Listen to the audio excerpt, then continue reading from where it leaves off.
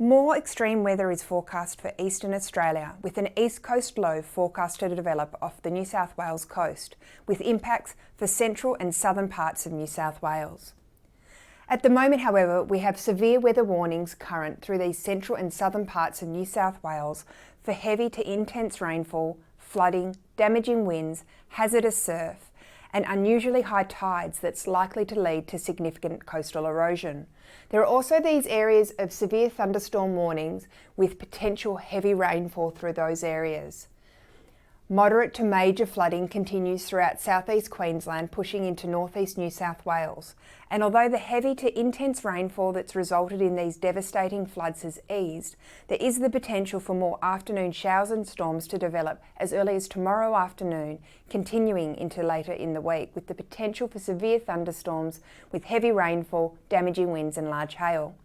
Flood watches are also current throughout central and southern parts of New South Wales, pushing into eastern parts of Victoria as well, including the Sydney area.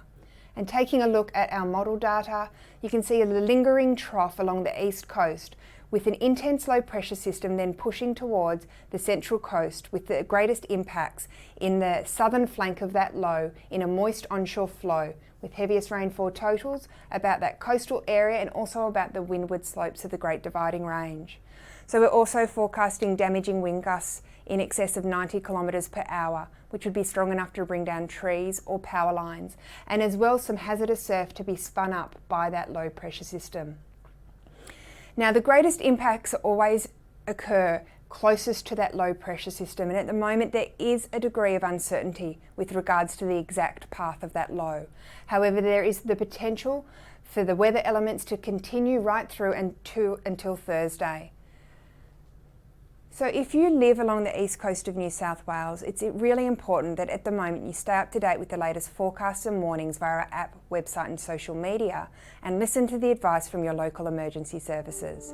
Bye for now.